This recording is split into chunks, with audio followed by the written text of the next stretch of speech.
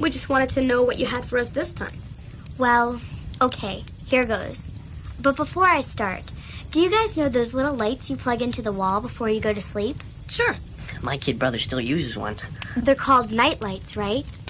And they're for people who are scared of the dark. People who just know that once the lights go out, something horrible is going to come slithering out of the closet to get them. But sometimes that tiny little light isn't enough. Sometimes a nightlight makes it worse. A lot worse. Because that way, you can actually see who's coming to get you. Or rather, what's coming. Submitted for the approval of the Midnight Society, I call the story The Tale of the Strange Storybook.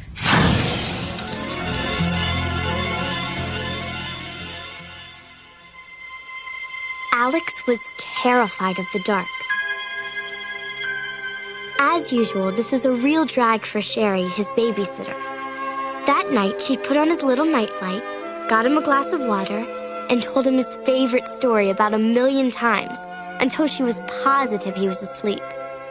But as soon as she got up to leave, he started to cry. Sherry sighed. "What is it now?" she asked, trying not to sound impatient. In the dimness of the bedroom, Alex's eyes looked like big black holes. "Monster," he whispered. "Under my bed." Sherry sighed. It was always like this. Alex was probably the most nervous kid she'd ever known. "Come on, Alex," she said. "You know there's no such thing as monsters, right?" Alex was clutching his blanket so hard, his knuckles were white. "The book," he said. "He came out of the book." And that's when Sherry noticed it. An oversized storybook lying on the bedside table. Funny, she thought. Where did that come from? She picked it up and lowered it to the nightlight so she could see better. Gross! What a cover! It showed a disgusting green-skinned thing like a giant worm, with huge red eyes and curved fangs. There was no title or anything. But when Sherry opened it, the first page had just a single sentence on it. In big letters, it said, "There is no escape." Despite herself, Sherry shuddered. What a dumb thing to give a little kid, especially one as nutty as Alex. "Where'd you get this?" she asked, snapping the book shut. He didn't answer, so Sherry opened up the drawer and threw the book in. "Look," she said, "it's just a stupid book. You shouldn't be reading stuff like that anyway. Now go to sleep, okay? I'll be in the kitchen." She brushed the hair off his forehead and noticed that it was clammy with sweat. Poor kid, she thought as she headed downstairs. He really was a total wreck.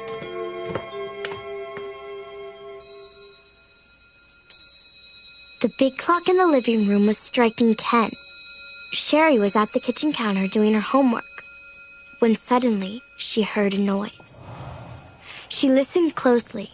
She could hear it clearly now. A muffled dragging sound, as if someone was pulling something across the carpet in the front hall. Something huge. Sherry's heart began to pound. "Don't be stupid," she told herself, as she tiptoed to the archway that led to the front hall. The sound was really loud now. She took a deep breath, peeked around the corner, and the noise stopped. Sherry felt a little silly. Still, she was sure she had heard something. What was it? She stepped into the hall and noticed something glittery on the carpet. It looked like a fish scale, only a lot bigger, at least the size of a quarter. And it smelled horrible, salty and rotten. Despite herself, Sherry giggled. She could just imagine calling the police and telling them that there was a smelly fish scale on the floor. But at that moment, there was a terrible scream from upstairs. Sherry almost had a heart attack. She ran upstairs 2 at a time and burst into Alex's room. The bed was empty.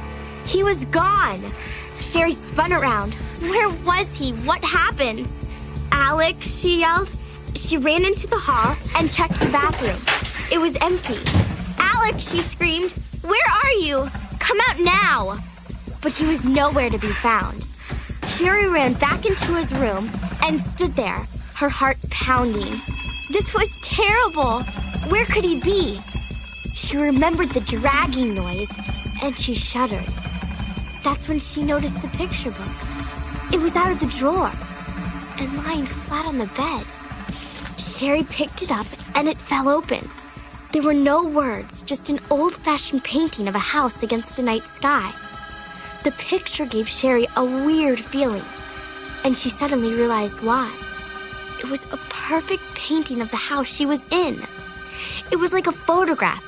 It was so accurate there was even a light in the window where Alex's room was. Sherry turned the page. There was a picture of the front walk, and on the next page, the front door. Then the hall, the stairs, the upstairs hall, then the door to Alex's room.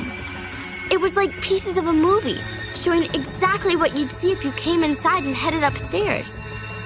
There was one last page, and Sherry had a terrible feeling that she didn't want to know what it was. But she couldn't stop. She slowly turned the page, and there was a picture of a little boy curled up beneath the bed. Alex! It looked just like Alex. Could it be?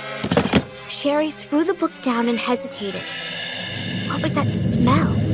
Weird, like old seaweed. Brushing aside her fears, she bent down to look under the bed.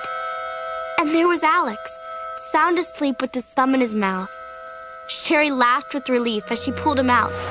The dragging noise must have been him sliding under the bed. "Hey, silly, what were you doing down there?" she asked as she put him back in the bed. "And what's that you got?" Alex was still half asleep. He mumbled something and pulled his hand away. He was clutching something tightly. Sherry gently uncurled his fist and took the thing out. It was a wad of paper. She glanced down at the book and noticed a jagged edge where the actual last page had been. Alex had obviously ripped it out. Sherry felt a little pang. The book had really freaked her for a second there, but it was just a book after all. It looked expensive too, and now it was ruined. At that moment, Sherry heard the garage door opening. Alex's parents were home. On an impulse, she stuck the book into her knapsack along with the crumpled page. Maybe she could fix it at home somehow and bring it back the next time. She turned and ran downstairs, glad the evening was finally over. Later that night, Sherry was alone in her room. She dumped out her knapsack, and the book and crumpled page lay on the floor.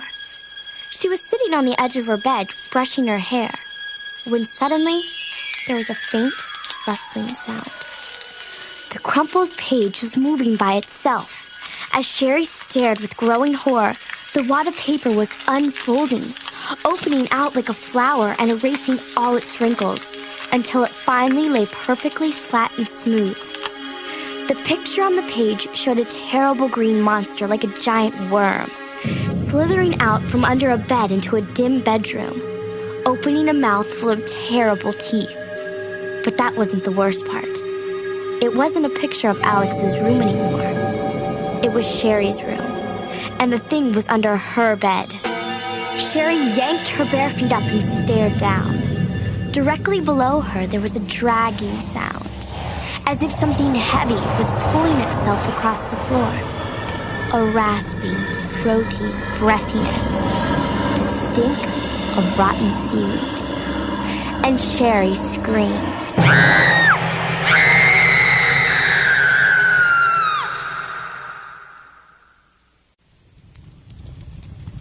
Whoa, Sam, that was awesome. Glad you liked it. Man, I was always convinced there was something awful under my bed. Maybe I'll ask my mom if I can start sleeping on the floor now. Same here.